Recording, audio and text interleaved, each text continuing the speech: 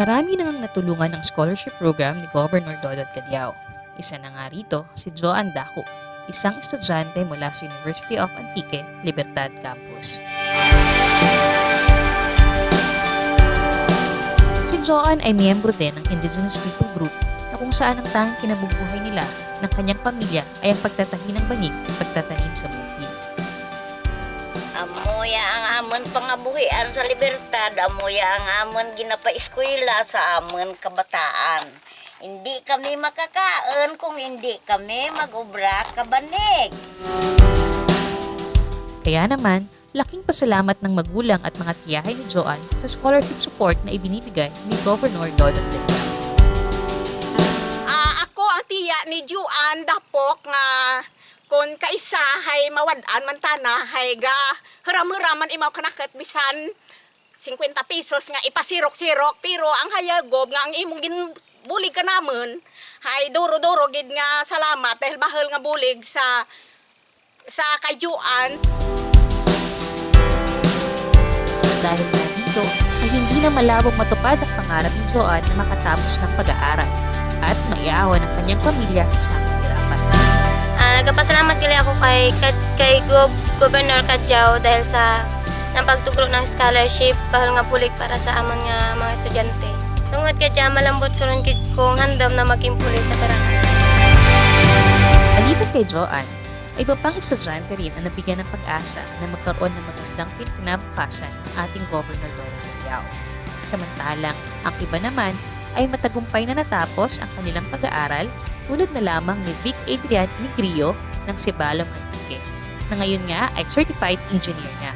Ako gali si Vic Adrian Inigrio, saka estudyante kang UA, BS Electrical Engineering, and kadya graduator na ko and passers, board electrical engineering passers, and also scholar man ako ni Governor Cadiao for 1 year, ang last 2016-2017 school year, and 2017-2018 scholar man ako ni Senator Loren Ligarda. And salamat gali sa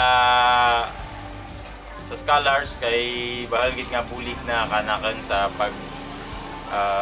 sa akong nga pag-eskwela kag sa pag-abot ko akong nga handom. Amo gid salamat gid sa tanan.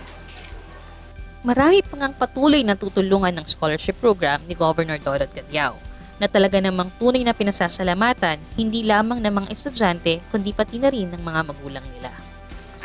Nagkapaabot gid ako kay Gob Cadiao kang mga gintugro na pisan pa sa akin nga bata nga kay Saira kang scholarship tungod nga bahal gid yan nabulig na ipag first year college na kadya 300 ang naga-eskwela gid mo ti ako lang sara solo parents ti gusto ko gid nga maka-eskwela sa natingit nga amo lang ra ang manok dal matugro natin kananda nga makamayad para uton da sorehi kun maka-girls naka-kurso man ngud nga kun high school lang kadya nga tapos mo daw tudtod lang ka sa kabulig ka balay lang tindira mura nga kun ko bisan pikado kita tinguha lang kamo.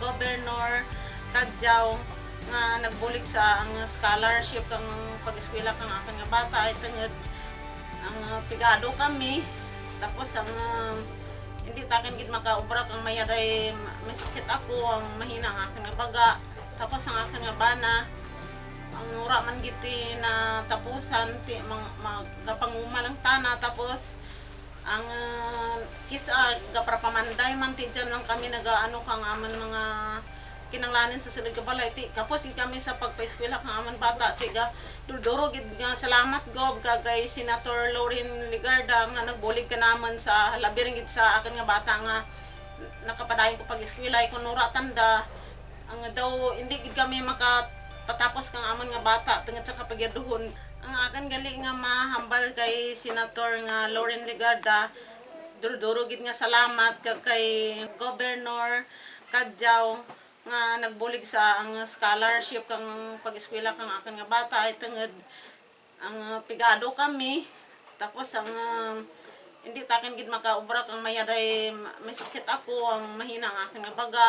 Tapos ang aking nga bana, ang nura man gid ti na tapusan ti magapanguma lang tana. Tapos ang kisa gaprapamanday man ti dyan lang kami nagaano kang aman mga kinanglanin sa sulod ka balay ti kapos gid kami sa pagpaeskwela kang aman bata ti ga durduro gid nga salamat gob kay Senator Loren Legarda nga nagbulig ka naman sa labiring gid sa akin nga bata nga nakapadayon ko pag-eskwela kun nura tanda ang daw hindi gid kami patapos kang amon nga bata tungod sa kapagyaduhon.